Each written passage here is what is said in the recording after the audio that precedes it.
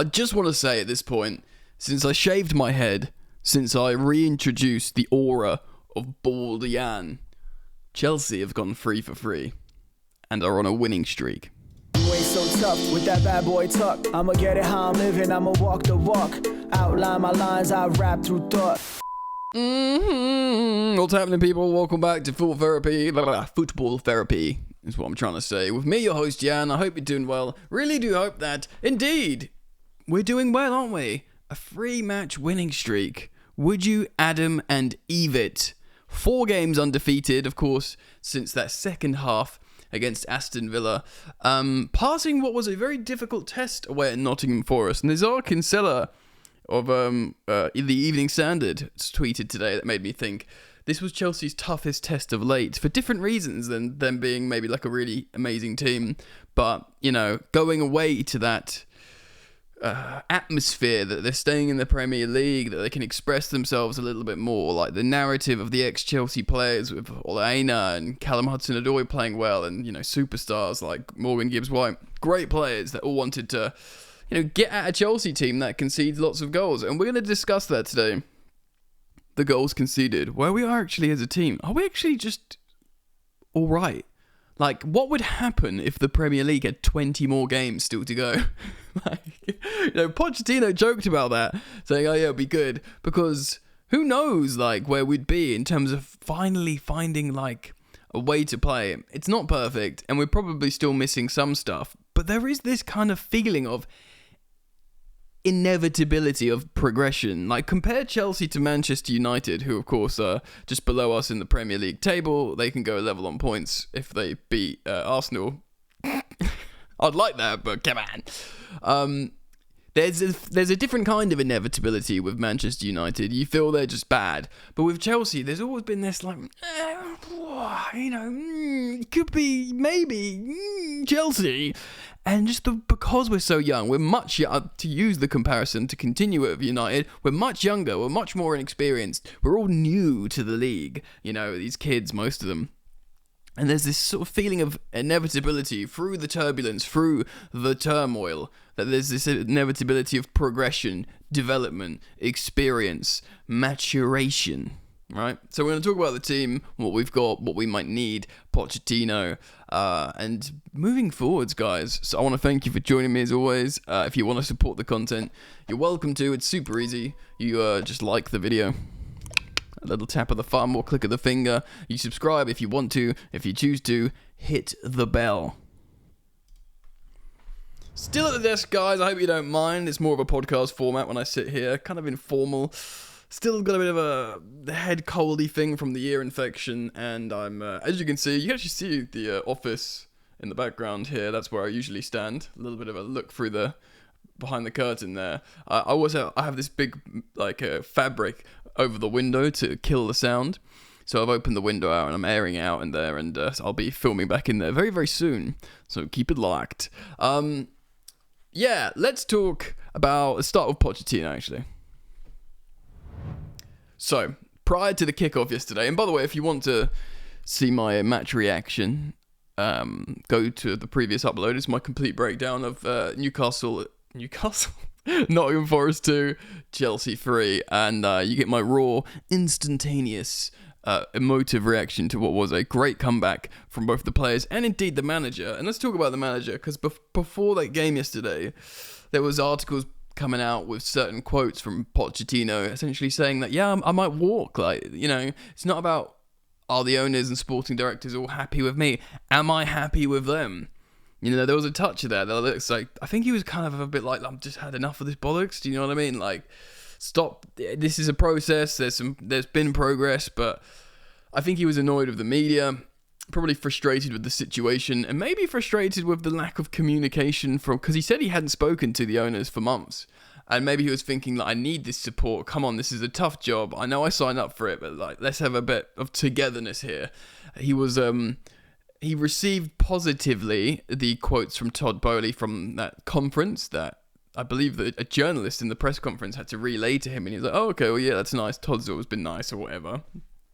Great, but I think since he's had a conversation and he's come out and said after Chelsea's win yesterday, like, yes, if they're happy for me to carry on, I'm happy to carry on.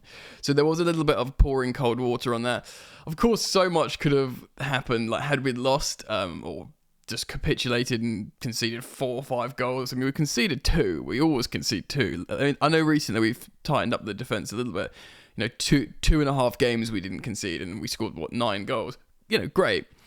And I did sort of speculate, and that maybe the Cucurella inverting to midfield thing is just like a 2.5 game trick before they figure you out, rather than like a whole tactical long-term philosophy shift that will see Chelsea become a amazing team, you know. But I think there's a bit more nuance to that, and also it's about the players just playing well rather than small tactical innovations. But yes, Pochettino came out and was looking a lot happier, but had we lost, that could have been different. Now it's 2 games, right? I need to maintain my position where I just won't know. I won't feel fully qualified to evaluate his position, our position, until the season's done. Because what if we lose the last 2 games and don't qualify for Europe at all? You know? Or even like draw the both of them and don't qualify for Europe. Like, it can happen.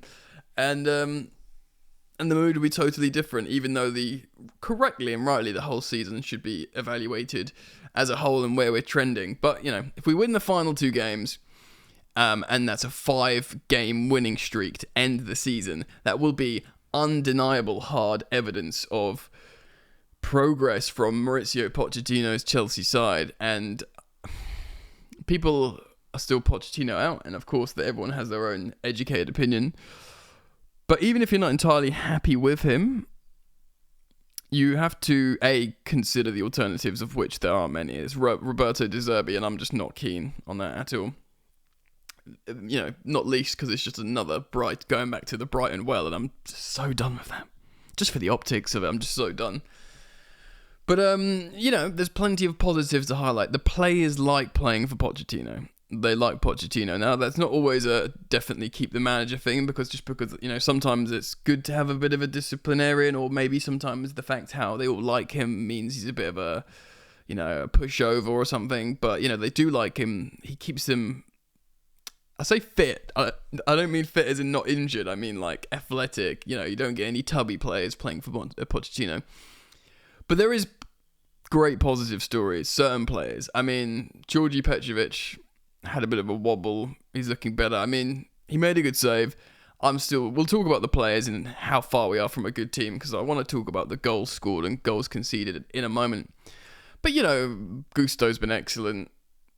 You know, our captain really likes the manager, Reece James, and he's got a really strong relationship with him. Mudrik's quietly getting better. You know, Noni's definitely... I know Noni was by far, in a way, our worst player yesterday, but Noni's development's been excellent. Jackson has been a bit like Mudrik, but a bit more extended. Like, Jackson's got more non-penalty goals than Mohamed Salah this season.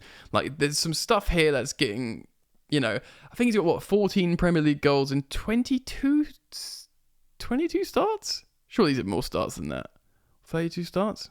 Anyway, point being, his return's fine. Like, his return's fine for his first season. He's always available, he's always fit, and he's getting better. He's no longer always offside. He's no longer getting yellow cards for dissent. He's, like, learning things. He's tangible progress that you can see. Now, I watched Match of the Day, and they were analysing him. Of course, Shearer and Lineker, who were great strikers in their day, and they were talking really positive stuff about him. Loads of people speak really positively about Nicholas Jackson, even like Gary Neville. They all think, Chelsea have got something there, and there's a player there. You know, he's got all the makings to be very, very good. You know, Liam Twomey of The Athletic, early doors, was like saying, Nicholas Jackson could be an excellent Premier League forward at some point. You know, he's good now, he's passable now, but he's 22, he's got the attitude and the profile and, you know, the fundamental stuff to be good. So I think we're very lucky to have him, and he represents a success story, easy for me to say, for Pochettino and indeed the club. You know, Cole Palmer speaks for himself. Gallagher's been great. You know, he's popped up with a few goals and assists in the later part of the season, and he was just being really good and functional in the first half of the season, but, you know, he's got a few goals as well, important ones.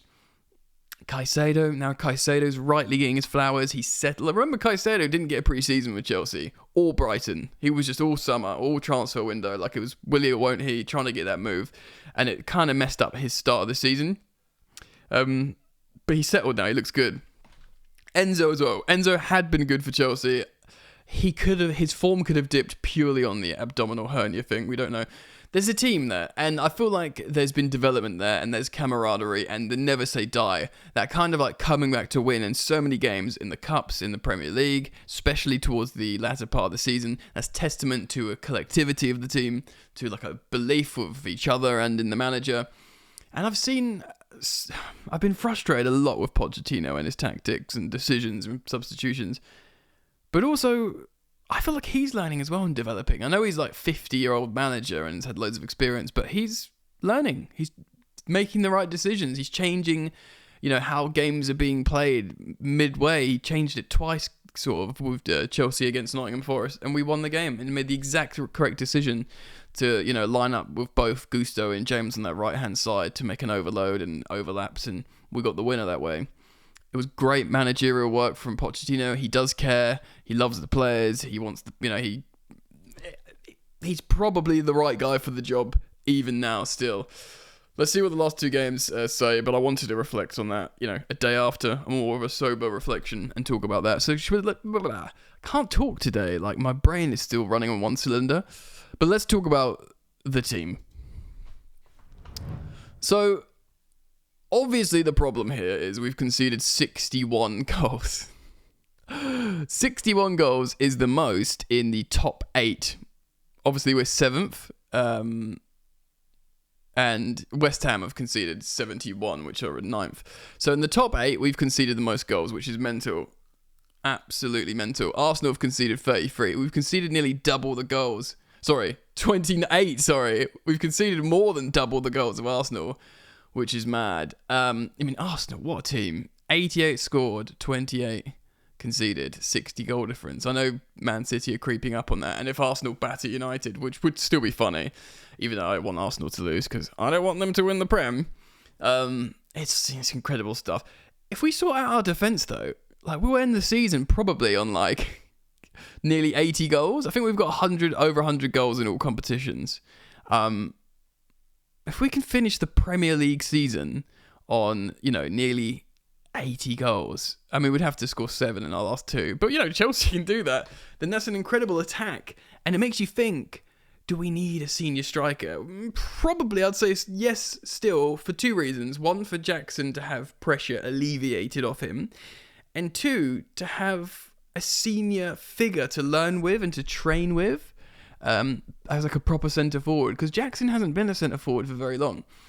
Now, whether that's Osimhen or not, you can make your own decision. I think we spoke about it yesterday. I referenced the fact how Osimhen has less non-penalty goals than Jackson this season.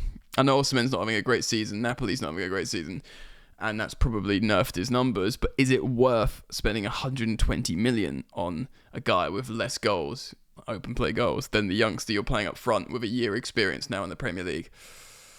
I don't know, man. If there is a deal to be done with Lukaku going and a young player and some money being spent, not breaking our transfer record, then maybe.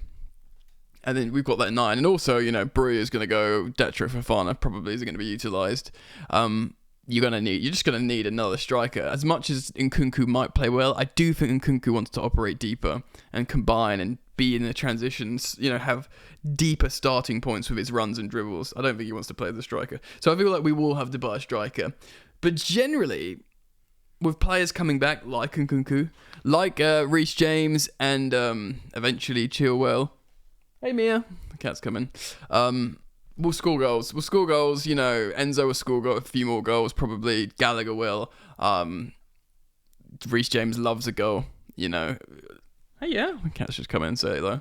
So there's a lot of that, There's a lot of team goals. We've got goals in us. The question is, if we defend better, are we going to score less goals? Are we scoring loads of goals at the moment because we're not defending well and we're leaving ourselves vulnerable in transition? I'll say not necessarily because of the likes, of Arsenal. We can play like that. We can control games more, break teams' spirit, and then score more goals when they've, when all hope's gone. That's what good teams do. They break your spirit and then they capitalise. Chelsea never break the opposition's spirit. I think that's probably the biggest issue with Chelsea. And in fact, that might even be like the headline of Chelsea at the moment. I've just spat on my screen. Maybe even the headline of this video. The biggest problem of Chelsea. Because we can put in defensive performances, rarely, by the way, especially if you look at our goals against. We can score loads of goals, but everyone spread them around, and even have a striker that scores like, all right, see ya, cat. And then even like Nico Jackson could end on like 16 Premier League goals. Great return for his first season. Great return for his first season. That's a decent striker. Maybe not good enough to win a title, but decent. Good teams, City, Arsenal, and Liverpool, not as much towards the end of the season, but they'll play a game where the opposition go, we can't do this here. To be honest, not as much as it used to be, but those two great teams do it, the top two. And we basically the opposition always feels like they got a chance with Chelsea. Granted, we've been better at home, and our home form's good, but we need to bring that elsewhere. We need to bring that commanding presence as a team where we put our foot on the ball and prevent the other team. Let the other team know that this is the dom here, we're the sub, but do you know what I mean? And we don't do that, largely because there's a lot of kids. So maybe if you bring a couple of senior players in, but that is, for me, that's the biggest problem with Chelsea. And then we sort of capitulate, have these vulnerable moments, concede silly goals. I mean, the Willy Bolly goal yesterday was silly. Callum Hudson-Odoi goal was good. You will concede good goals like that. City concede goals like that. Arsenal concede goals like that. But a lot of the silly ones is on us, and that's that immaturity, it's that inexperience, and it's that lack of authority is the big thing. But we score goals, man. So it makes you feel like, again, I'm going to judge Georgi Petrovic after these next two games. I'll probably talk about it in videos like keep, sell, loan, that trend that a lot of content creators do. So we'll talk about Georgi Petrovic. We'll talk about the Monaco centre-backs. We'll talk about Chilwell and Cucurella. I think both right-backs are safe in Reece James and Gusto. I think all the attackers are safe that we're currently using. Maybe even Raheem Sterling. Raheem Sterling in a better functioning Chelsea team, even if he doesn't start. Yes, in an ideal world, we'd sell him, but we won't be able to sell him. So we find a way to utilise him. And yesterday was like a reminder, that he can, when he's in the right headspace and he's playing in a good system and a good team, Sterling is a very useful player. He is. Remember, he pushed his way out of City because he was like, I should be starting for Man City. This is what this guy is. He's good. Sometimes. Anyway, I wanted to sort of do a little bit of a debrief of not just yesterday, but where we are in the season, reserving a final judgment before the final two games. And I just kind of wanted to talk about this lack of authority, which would make us a good team like Arsenal and the rest. I put it out to you guys, as always. Please do let me know what you think. Thank you for joining me here on Football Therapy. Thank you for liking, subscribing, hitting the bell if you choose to subscribe. And I hope to see you back here very, very soon. Peace.